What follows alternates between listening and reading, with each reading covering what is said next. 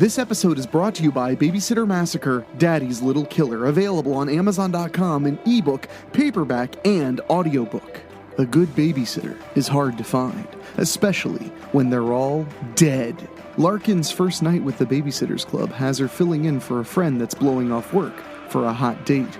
The simple little lie will have dire consequences that trigger a series of unthinkable events and spurs a killer's need for revenge. With the bodies and suspects stacking up, can Larkin unmask the Kohler slasher? Or will she become another victim of Daddy's Little Killer? From the twisted mind of Weekly Spooky writer David O'Hanlon comes the first book in the Babysitter Massacre franchise series created by me. So check it out right now. Babysitter Massacre, Daddy's Little Killer. Available on ebook, paperback, and now audiobook at Amazon.com. What's that? You want to be scared? Come with me.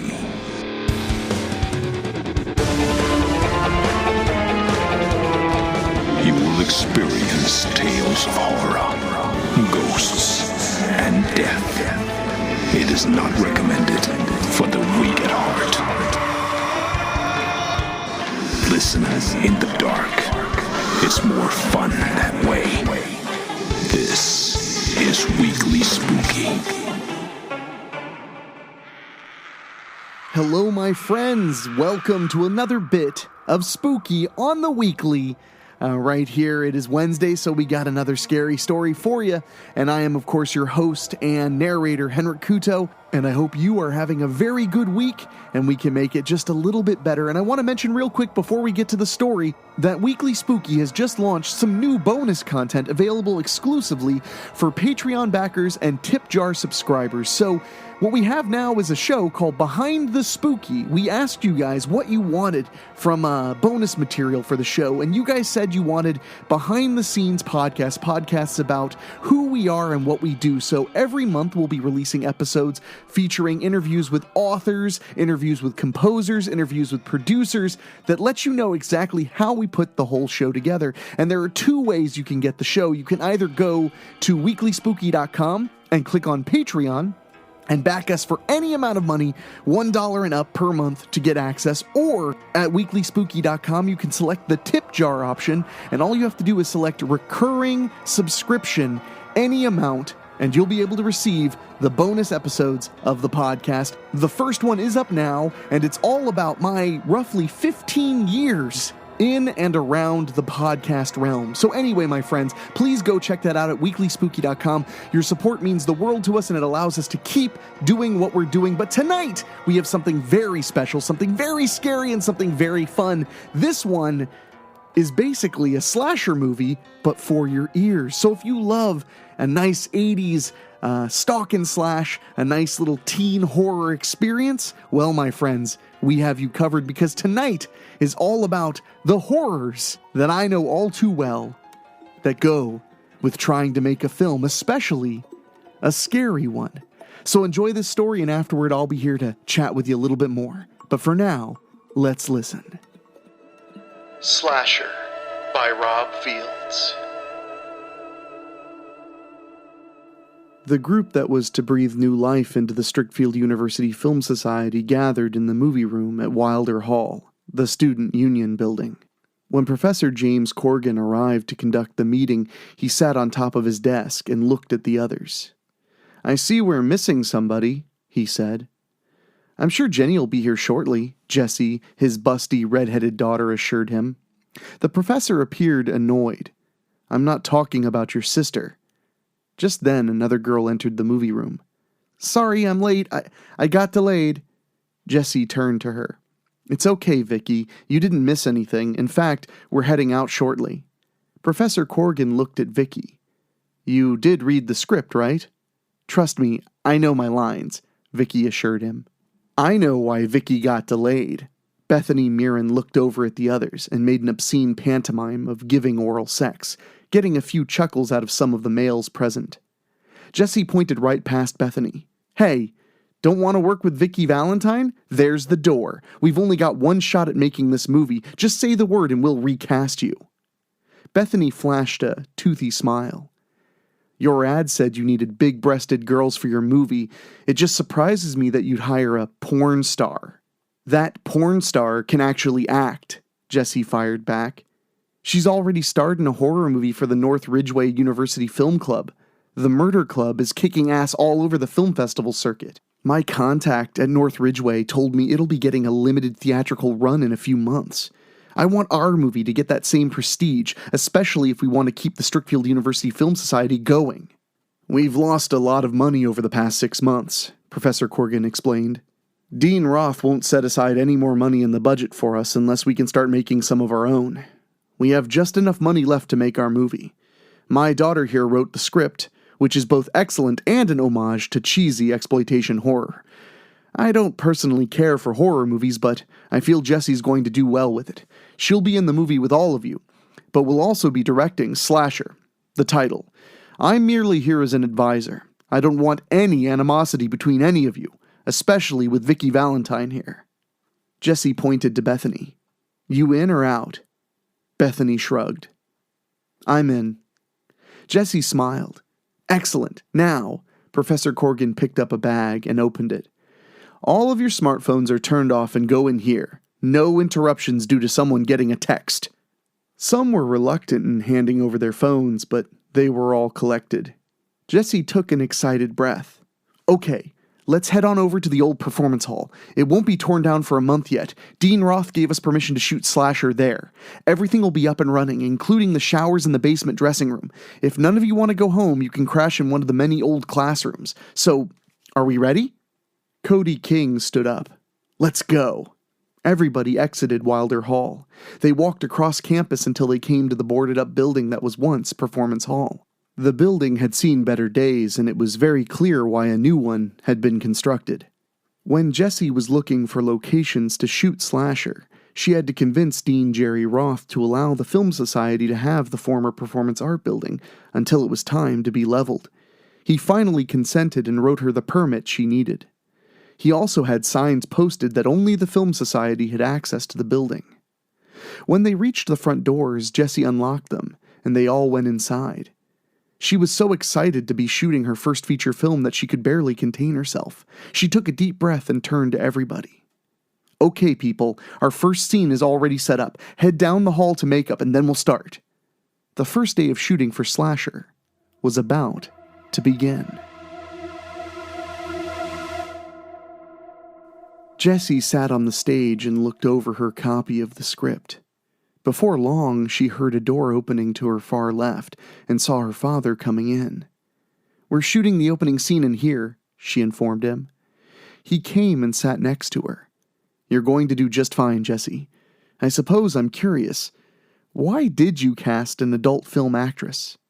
"I told you, Dad. She really can act. I had a chance to see her in the Murder Club at North Ridgeway University a few months ago, and I knew she'd be perfect for Slasher. I met Vicky that night and showed her the script, which she loved. I can't pay my actors much, but I'm glad she took the role anyway. Vicky's trying to do more legitimate movies and get out of porn. I want to give her a chance to do that." He put a comforting arm around her. "Okay, it's your movie. I said I'd back you." Jessie opened her script again. "Like I said, we're shooting the first scene. I couldn't find anybody to play the Scream Queen killer, so I'm playing 2 roles." She picked up the blank white mask that signified the killer. "I still can't reach Jenny. Do you know if she's coming?" Her father looked grim. "I didn't want to tell you, but your sister won't be joining us for our meetings again. Ever." Jessie looked worried. "What's going on?" He sighed. "She's the reason we're having our money problems. I discovered she's been embezzling money from the Film Society." Her mouth opened wide. "Oh my God." Then they heard a noise. Professor Corgan quickly stood up and walked into the stage area. "Somebody's up in the catwalk." Jessie found a flashlight and joined her father. She turned on the light and pointed it upward. "I don't see anybody." "I'm telling you, I saw somebody moving around up there, Jessie." Jessie slowly shined the light around a few more times. "I still don't..." Suddenly, the figure appeared. The figure was obviously feminine, with a build similar to Jessie. The figure had the same red hair as Jessie and wore a sexy, form-fitting white dress that showed off how full and ample her breasts were. However, this female figure wore the very same mask that Jessie held in her hands. This girl was dressed as the Scream Queen, the killer of Slasher. She looked down at Jessie and her father for a long moment before she produced a bow and arrow. Before either of them could react, the Scream Queen took aim and shot the arrow right through Professor Corgan's heart. Jessie screamed as her father fell forward, dead before he hit the floor. Jessie looked up to the catwalk on impulse, but the Scream Queen was gone. Jessie held her dead father and sobbed. It was several minutes before the cast came in, ready to shoot the first scene. When they saw what had happened, they either gasped or screamed. Jessie turned to them. "Get out of here! Call the police!" Stanley Farnsworth quickly turned and left. It wasn't long before he was back. "The doors are all chained and the windows are boarded up. We can't get out." "Oh, bullshit," Cody King snapped. "Get out of the way." The cast members reached the main doors to find they were indeed chained tightly shut from the inside. They went and checked the other doors. Hope quickly turned to despair when they found that they were chained in the exact same manner. "We're fucking trapped in here," Cody yelled. "Bullshit!" "People, come on. We need to keep it together here," Vicky Valentine said. "Let's go back and check on Jessie." They went back to the stage and found Jessie still holding her father's body. Vicky lowered herself and convinced Jessie to put her father down. Jessie did, and became angry. "I told you people to call the police!" "Let's all go together," Nate Henry piped up. "There should be a phone in the office." "What about the bag with our phones?" Stanley inquired. Jessie looked dismal. "Dad put them away somewhere. I don't know where." Vicky stood up and helped Jessie to her feet. "We go to the office then."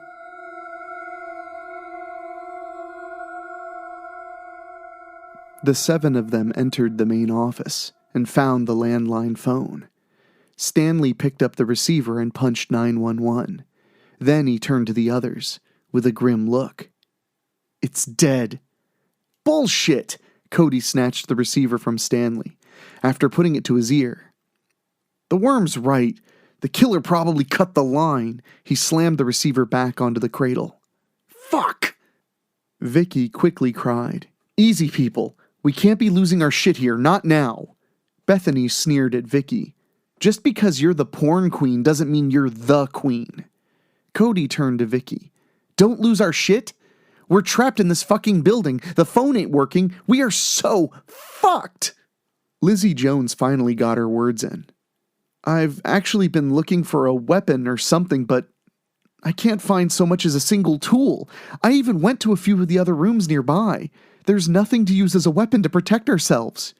The killers thought of everything." Stanley groaned. "We need to—" "Oh shit!" Everybody else screamed and panicked as the Scream Queen now stood in the doorway, armed with a chainsaw. With one quick movement, she yanked the cord to bring the lethal weapon to life. Before Stanley could turn to move away, the killer thrust the chainsaw underneath his groin and worked right up the middle. Blood sprayed and splattered everywhere. The Scream Queen's once fully white outfit and mask were blood splattered. When the killer finished, the two halves of Stanley fell to the floor. The Scream Queen gave them a long, blank look before she turned and disappeared. The remaining six were too shocked to run after her. "What the fucking fuck?" Bethany screamed. Then she whimpered when she finally realized that she had Stanley's blood splattered all over her. Jessie suddenly pointed to Lizzie. "You say there aren't any weapons? I don't believe that for a second. I'm sure the murdering cunt pretending to be the Scream Queen wants us to think that. There have to be things we can use as weapons. We just need to search the other rooms of the building." "I'm all for looking," Vicky offered. Bethany pointed to the doorway. "Hey, porn queen, in case you were sleeping through all this shit, that fucking psycho bitch is still out there." Vicky glared at her.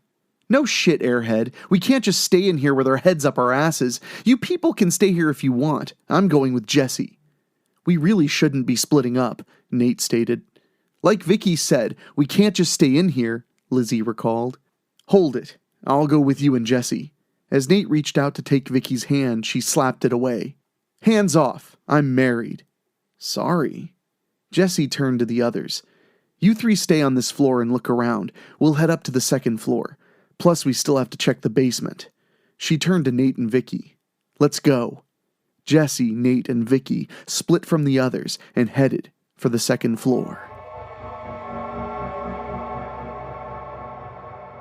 Bethany and Cody were looking through drawers, closets, and other places where they might find weapons. Lizzie noticed that Bethany wasn't really making much of an effort. She seemed to be opening things, slowly, all while keeping her eyes on Cody. She also noticed that the rich girl had conveniently unbuttoned enough buttons on her top to reveal the ample cleavage in between her two surgically enhanced breasts. Truth be told, Cody really had an eye for Lizzie, and kept checking out her ass whenever she wasn't looking. Bethany noticed this, and couldn't understand why he'd want to hook up with a future Susie homemaker when he could have her, hot and naked. All he had to do was just claim her. She had no problem answering Jesse's ad for big-breasted girls to act in her movie. Bethany knew she had the biggest ones out of every girl in the cast. Hell, even Vicky Valentine's natural ones didn't measure up to hers. Bethany had spent a pretty penny on her breasts to turn lots of heads. Yet Cody was wanting Lizzie. Oh, but Bethany wasn't giving up so fast. After all, she was from the infamously rich Mirren clan, and Mirrens always got what they wanted. Well, Bethany knew she couldn't just strip naked for Cody, not with Lizzie right there. She would certainly continue to work her charms on him. Oh yes, he would definitely give in to her. If he was a good lay, she would keep him for as long as she would continue to want to play with him. Everything good, Lizzie? Cody whispered. Lizzie, the lookout person, whispered back. I'm not seeing anything. Lizzie kept looking one way, then the other. In truth, she wanted to help search for weapons, but spoiled Bethany just had to have her way. She'd had enough of Bethany's hem-hawing before she could turn to tell Bethany to trade places with her. The blood-splattered Scream Queen was suddenly right there in front of her. Lizzie screamed when the Scream Queen grabbed her t-shirt and ripped it open, exposing her bouncing breasts. Then the Scream Queen grabbed Lizzie by her long dark hair with the left hand and sank the blade of a box cutter into her flesh just below her ribs with the right. With a few swift, precise movements, Lizzie's stomach had been sliced open. Still holding Lizzie's hair, the Scream Queen forced Lizzie to quickly drop to her knees, causing her internal organs to drop right out of her stomach with a loud, sickening plop. Lizzie's corpse fell onto its side. Cody charged through the door, knocking the Scream Queen to the floor. She quickly got to her feet and ran away. Bethany shot out of the doorway. When she saw what was left of Lizzie, she quickly cradled Cody's arm. Holy shit. What are we going to do now? We gotta keep looking for shit, Cody said. We don't know if the others will be back or not. We gotta look out for ourselves now and find a way out of here. Please don't leave me, she moaned. Shh, shut up, come on. Bethany nodded and held Cody's hand. He squeezed her hand and led the way. Jesse, Nate, and Vicky were on the second floor. They stuck together as they carefully examined classroom after classroom. They couldn't find anything available to be used as a weapon, not even so much as a pen. Vicky groaned in frustration. Nate put a gentle hand on her shoulder. I know. This psycho seems to have thought of everything. Jessie groaned in frustration herself. Why is that sick bitch doing this? Your guess is as good as mine, Nate replied. Vicky shook her head quickly. God damn it, we just came here to shoot a horror movie. She grabbed her hair and groaned again. Am I being punished for being a porn star? My parents have never agreed with me doing porn to pay for school, but they supported my decision and I'm trying to get out, I really am. Jessie stepped in front of her. Look at me, Vicky, look at me. Vicky slowly focused on her. I see you. You do what you have to do to pay for college, I get it. I know Strickfield University's not the cheapest place to go. I don't think the Scream Queen is targeting you specifically. You'd be dead already. Just you. She hugged Vicky. For what it's worth, thank you so much for agreeing to be in my movie. Vicky hugged her back. Thank you for asking me. Then they came apart. I don't want to die. I'm a senior this year. I want to graduate. I'm finally at a point where I can leave porn and do something meaningful. What are you majoring in? Nate asked. Suddenly there was a loud racket down the hallway from them, which made them all gasp. We have to go check it out, Jessie whispered. Are you crazy? The Scream Queen might be down there, Vicky whispered. Someone might be in trouble, Nate offered. Vicky really didn't want to go, but she nodded. They all cautiously moved down the hallway, checking every room along the way. Soon they reached the room where they were sure they heard the noise. They entered the bloody room and found the remains of murdered crew members everywhere. Nate had to quickly cover Vicky's mouth to keep her from screaming. Jessie had to whisper to get her to calm down. When she did, Nate removed his hand. Then Nate saw glass bottles of water on the desk. Being really thirsty, he picked one up and opened it. He'd only taken 2 swallows before he quickly spit it out, just missing Vicky. But he couldn't tell her that what he had just consumed was not water. It was highly corrosive acid. Vicky screamed in terror as Nate fell to his knees. His face, throat, and the flesh on his chest and stomach had melted away completely. Blood was pooling around his corpse quickly. Suddenly, the Scream Queen appeared with a bloody fire axe in her hands.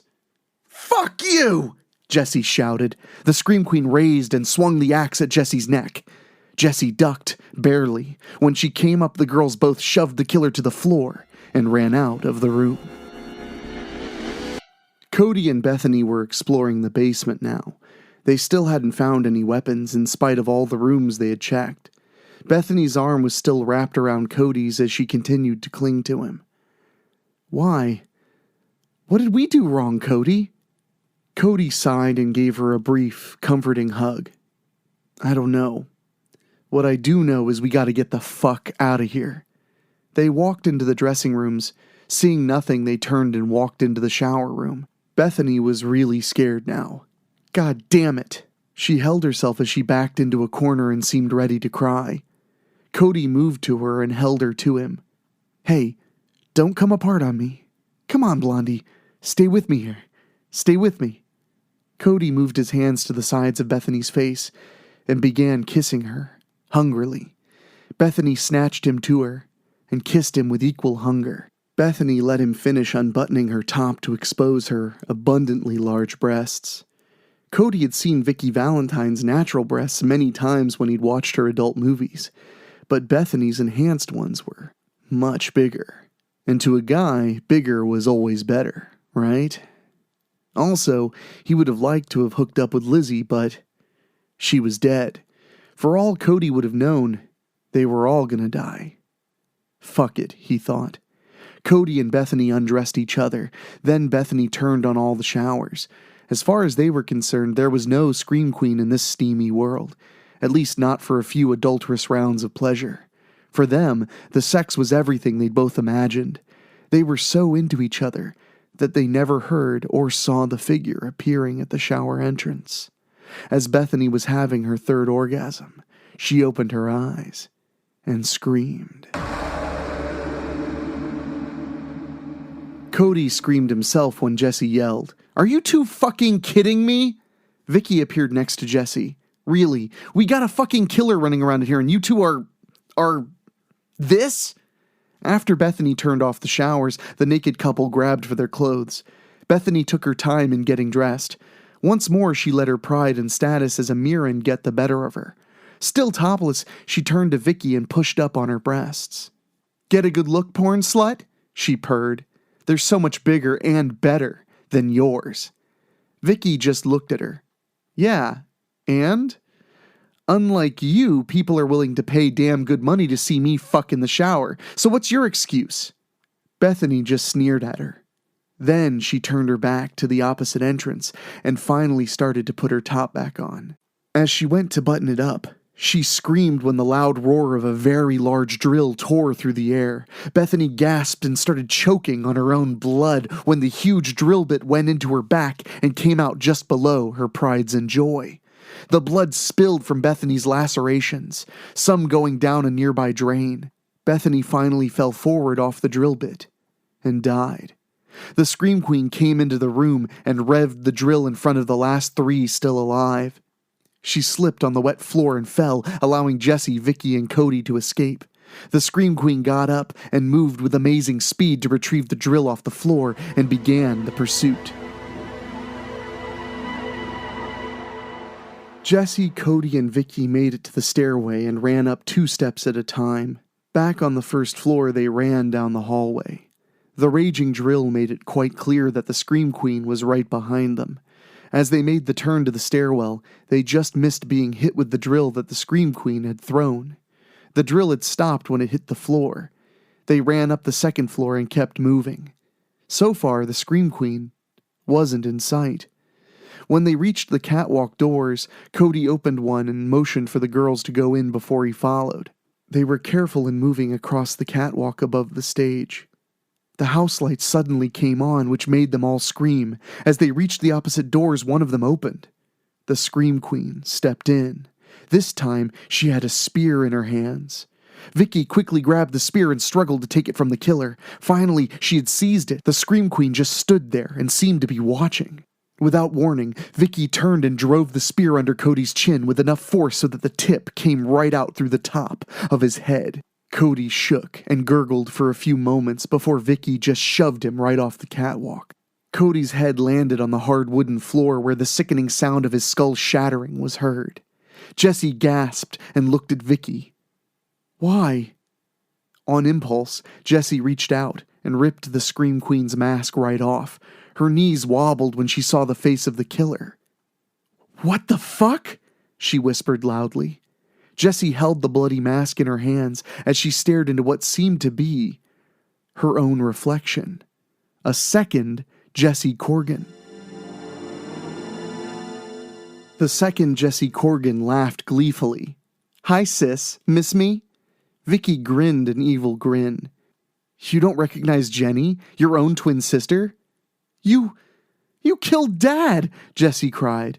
"Why, Jenny?" Jenny quickly raised her finger. "Why? Didn't you hear Daddy earlier?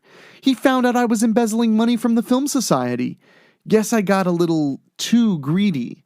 Also, why should I have to wait until he dies to get all those millions when I can have it all now?" Jessie shouted. "That's what this was about? Greed? You were so goddamn greedy that you killed our father for Film Society money?" Jenny laughed. Stealing money from the Film Society was bonus money, but no. You know Daddy had a pretty fucking hefty life insurance policy. Worth millions. Jessie put the rest of the pieces together.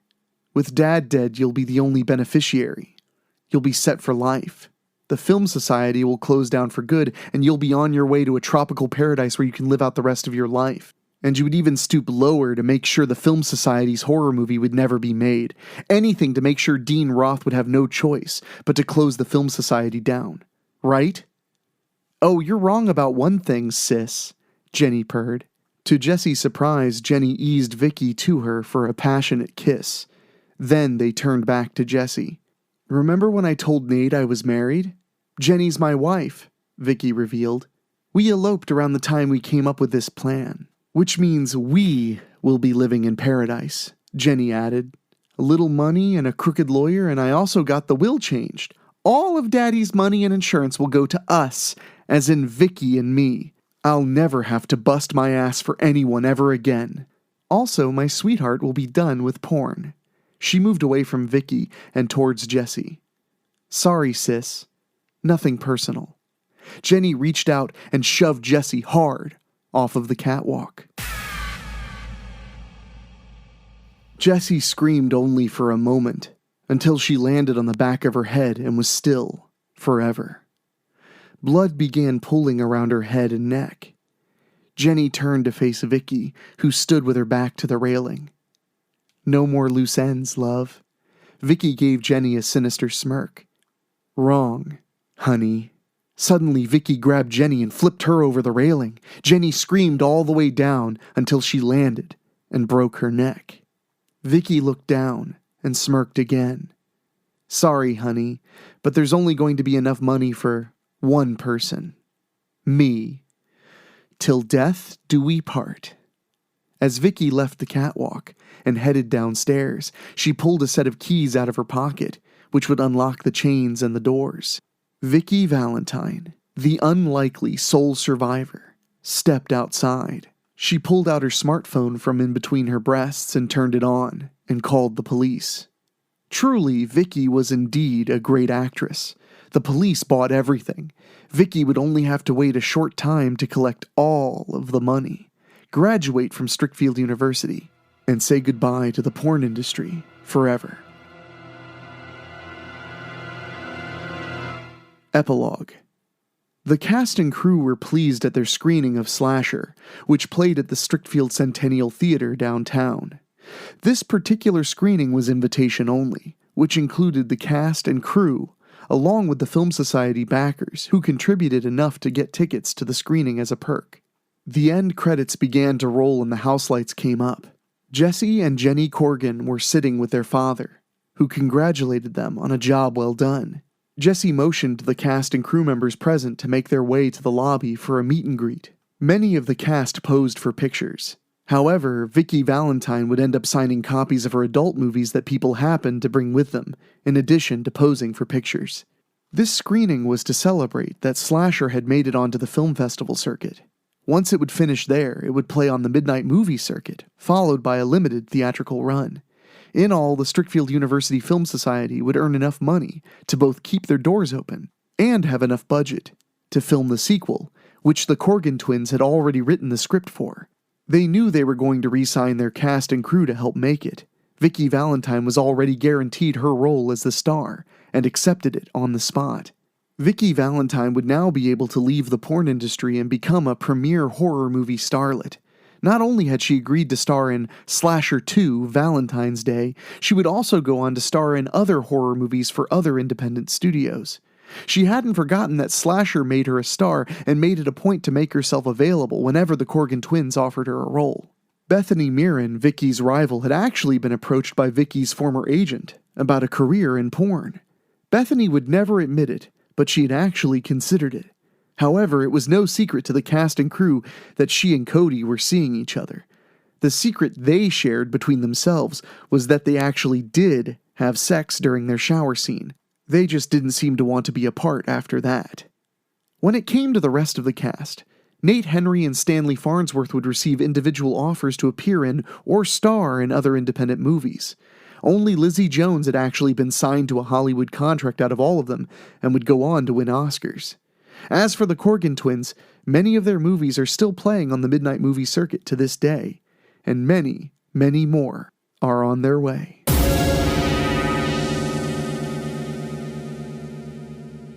Who would have thought that our very own Strickfield is becoming a little Midwest Hollywood?